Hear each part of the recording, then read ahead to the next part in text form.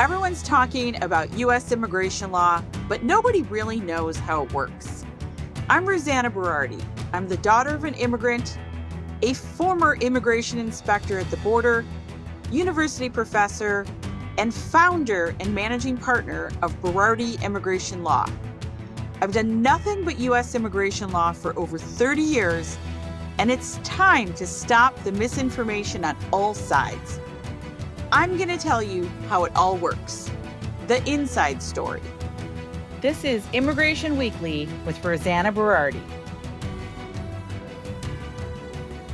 Hello, and welcome back to Immigration Weekly with yours truly, Rosanna Berardi. Well, buckle up. There is no shortage of immigration news. So Friday at 5 p.m., which is a traumatic time for lawyers because the Trump administration always seems to drop some big news on a Friday at 5, we heard another one. This one is a final rule, meaning that it actually went through proper channels before it was announced and released.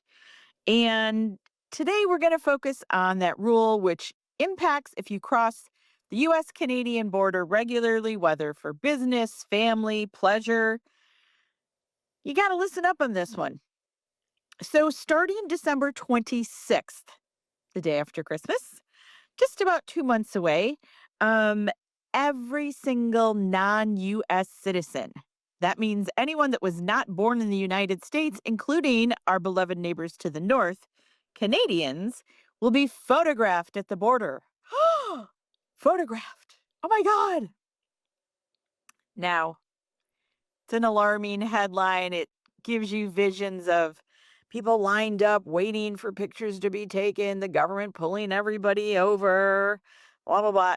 No, that's not what's going to happen. If you live in the world that I live in, there are cameras everywhere. Everywhere you go, there's a camera taking a picture of you, whether it's at your local grocery store, when you're driving down a highway, you're in an elevator, in a parking garage. Don't panic. This is a significant change, but you're probably not going to notice it. You're not going to pay any fees. It's not going to take you any more time. If you're a border crossing professional, frequent traveler, listen to this episode, and then you can be the smartest person at your dinner table and be like, yeah, that's happening, but really not a big deal. So today we're going to break down what's changed and why, what it'll feel like at the border and airports, and most importantly, what you need to do to prepare. Don't be foolish. You always got to be prepared. My best advice over the last 30 years to my clients has been treat crossing the border like a job interview.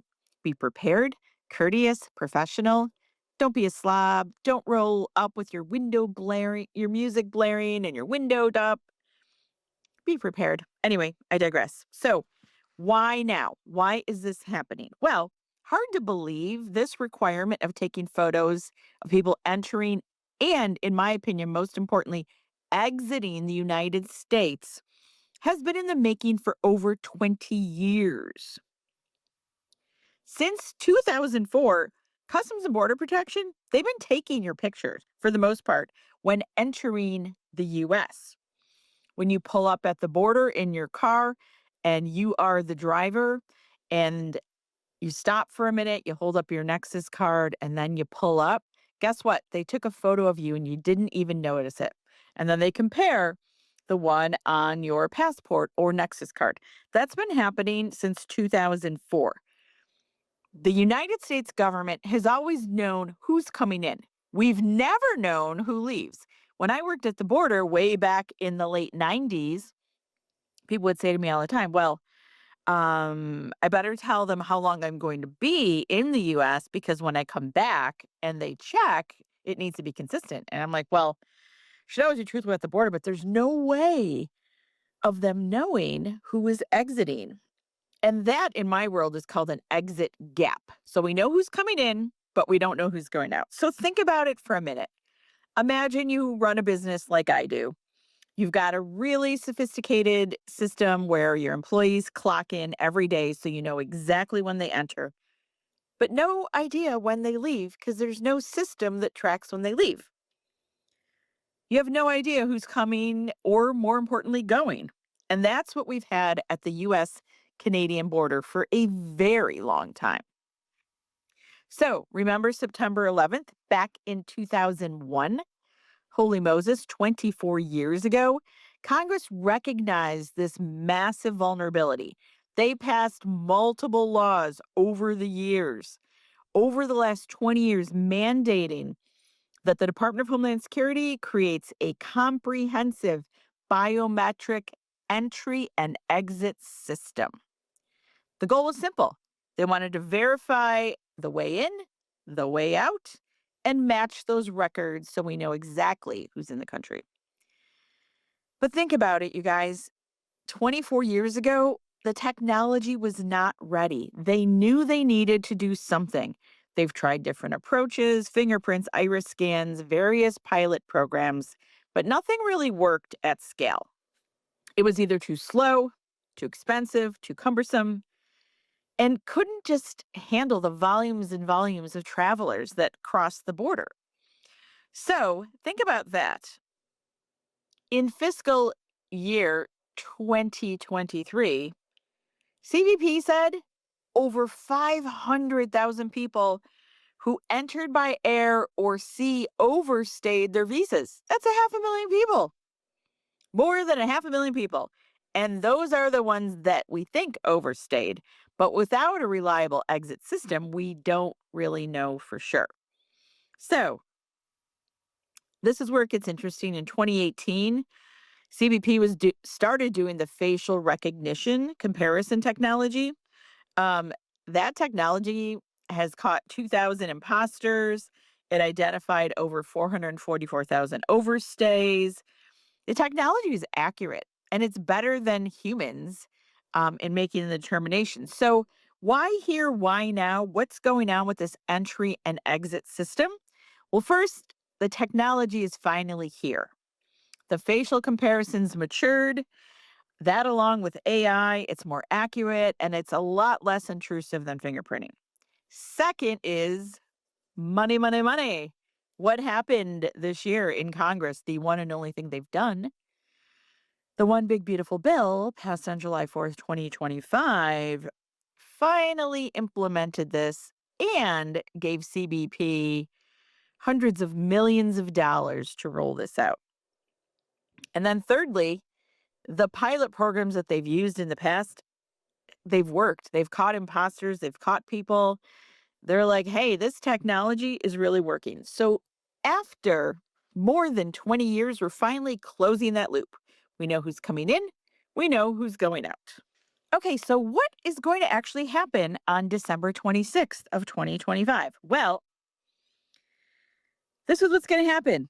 Everybody entering and everybody exiting the United States will have their picture taken. There's no exemptions. There used to be exemptions for kids under 14 or adults over 79. Those exemptions are gone. So, Canadians, don't freak out. This is not a big deal. If you're saying, "Oh, I don't like this, I'm not coming to America, I don't want my photo taken," whatever. You've had your photo taken a million times. That's your choice. This will not be any more intrusive than anything else you do in your life, including buying an over the counter drug. But I digress. So, starting December 26th, all US citizens, I mean all, will be required to have their photo taken both when entering and exiting the United States. This includes Canadians. The exemptions are gone. Are we going to see this right away? Well, it does apply at all ports of entry, meaning land borders, seaports, pre flight clearance, but not everyone is ready to go. So, right now, CBP is saying they're fully operational at commercial airports for entry and exit. 39 seaports are ready, and 185 pedestrian land crossings are ready. But they're working on the land border vehicle crossings. As you can imagine, that's complex. So here in Buffalo, they might be starting to work on it, but I doubt it'll be done on December 26th. So that's what's going to happen. You're going to get your picture taken on your way in and out. Are you going to have to line up? Are you going to have to get out of your car? Are you going to have to go inside and be fingerprinted and have your photo taken? No, no, no, no, no. Canadians, stop. Your hair is not on fire. Donald Trump doesn't hate you. We're just trying to secure the border. Might get some hate mail over that one. But if you're a Canadian, what else is changing? Really not a heck of a lot. You're still exempt from fingerprinting unless you have a criminal record. You don't need to fill out any forms on this. There's no new fees. If you're applying for a work permit like a TN or an L1, that's all the same. The only difference here is getting your photo taken. This is the government's way of confirming that you are who you say that you are. Now, if you're a US citizen like me, there is an opt out. You can say, hey, I don't want my picture taken. And instead, CBP will do a manual inspection. That is, they'll take your passport. Miss Berardi, they'll look at me. Yes. Miss Berardi, yes. Have a nice day. Only US citizens can opt out. So don't go there saying, I don't want my picture taken, blah, blah, blah. Only US citizens can do that. What are they going to do with your picture? They're going to keep it in a database for 14 days for system verification purposes. And then it'll be transferred to a DHS database where they keep it according to records and retention policies. Now, listen, people that have Nexus, people that apply for passports, government has you on their file, okay? No conspiracy theories here. They're not taking that info and using it, yada, yada, yada. Law enforcement, identity. You do this when you get your license. You do this when you get your passport, your Nexus. Your picture's being taken a million times a day, whether you consent to it or realize it. So, what's it going to feel like when you cross the border? Probably not too much. You're going to pull up to the inspection booth. CBP officer is going to ask you for your passport, hand it over very politely. While they're pulling up information on the screen, you'll look at a camera that's positioned near the officer. Be like this little thing. Bing. The photo will be captured, and then the officer will do a comparison of you and the little captured photo and you on the document that you handed over. I know it is hard to believe, but imposters enter the United States all the time. What's an imposter? Somebody claims they're a US citizen and they're not. Happens a lot, more than you would think. Is this going to take a long time? Probably not. It might add a few seconds to your border crossing. I don't really even think you're going to realize it. What's going to happen when you leave the United States? Well, let's say you're leaving from an airport. You'll probably see cameras at the departure gate. So rather than just giving the airline official your ticket to get on the plane, the gate agent may take your photo. It may be done automatically. We're not sure yet. But again, it should add another 2 seconds for this to happen. Now, December 26th, this takes effect. It's around the holidays. It's going to be busy. It's going to be phased through many ports of entry: Buffalo, Detroit, Windsor, Niagara Falls. They are expected to be early on this rollout.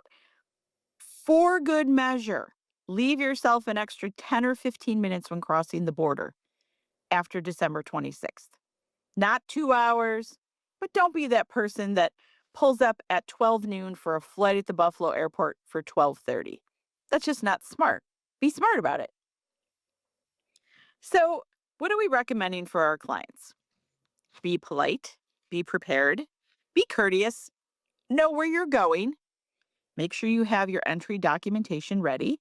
If the officer says, look at the camera, you're going to look at the camera. It's going to take a millisecond to confirm that you are the person that you say you are.